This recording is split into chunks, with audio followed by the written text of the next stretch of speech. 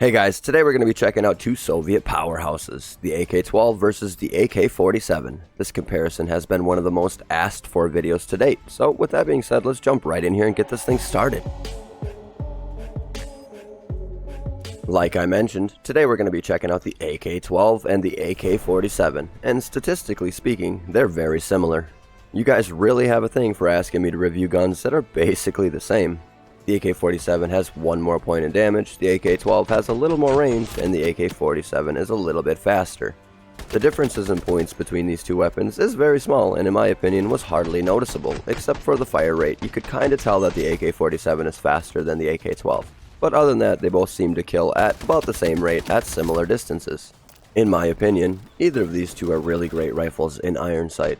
One of my favorite things about pretty much all of the Soviet weaponry is their simplistic yet very effective sights. In my opinion, the iron sights on the AK-12 are really well designed compared to something like the LWRC. Now, I'm sure the LWRC sights are designed for a purpose, but in my opinion, it's just really bulky and is generally just in the way. So either the AK-12 or the AK-47, I would really recommend trying them out with just the iron sights and saving both of your add-on slots for barrel modifications, which we'll get into in just a little bit here. As for game modes, again, either works really well on any game mode you choose, from TDM to secure point, either will do the job at pretty much any range.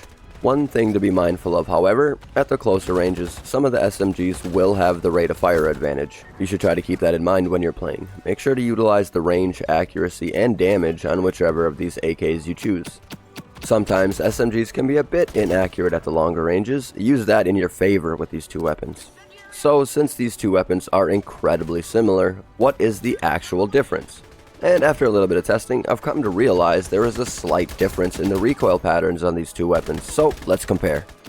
Let's start off at close range without any attachments. This is just the base model of the weapons. As you'll notice, the AK-47 starts to ascend vertically as soon as you pull the trigger, whereas the AK-12 cycles through a few rounds before starting to climb.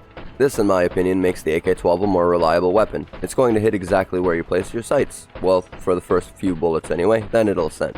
Now, how do these fare at the longer ranges? Let's check it out. Okay, so they're pretty much the same at the long distances as they are at the shorter distances. The AK-12 manages to put a few rounds into a nice little pattern before starting to climb, whereas the AK-47 goes straight to climbing from the initial trigger pull. With both of these weapons' recoil going vertically, I would suggest using the compensator as one of your barrel attachments. This attachment helps your weapon's recoil from raising quite as fast, making it a bit easier for you to stay on target. So let's take a look at how these weapons behave when you've added the compensator. Again, the AK-47 goes straight up, however the jump between each shot is smaller, so it will be easier for you to stay on target.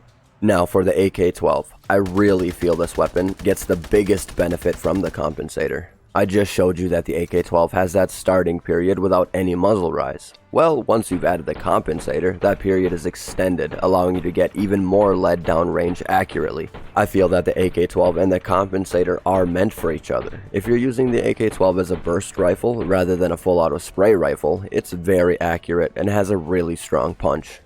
Earlier, I mentioned that either of these two weapons have pretty good iron sights, so that leaves us one add-on slot to throw another barrel modification on here.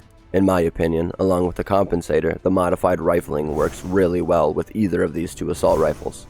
The modified rifling allows you to take down your targets with fewer rounds, while the compensator helps you to stay on said target.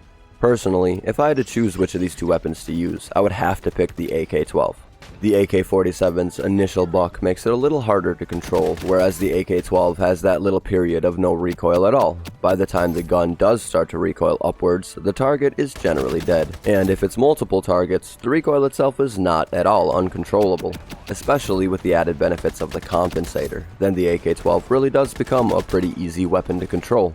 All in all, either of these rifles hit hard, but are a little difficult to control. In my opinion, they are absolutely worth the $20K to unlock them though. It might make it a bit tedious grinding it out trying to get that compensator, but it really is worth it. After that point, I believe you'll really start to enjoy using either of these weapons really. But like I said a bit ago, the AK-12 did seem to benefit the most from that compensator, and once you get it, the weapon handles incredibly well. That was the AK-12 versus the AK-47. What do you guys think of these two Soviet weapons, and which would you rather use, the AK-12 or the AK-47? Let me know down below which is your favorite. Do you prefer the old school or new aged? With that being said, I'm going to get back to work on the next video. Have a great rest of your day or night, I guess if you're part of the Insomnia Squad, and I hope to see you in the next one. Later.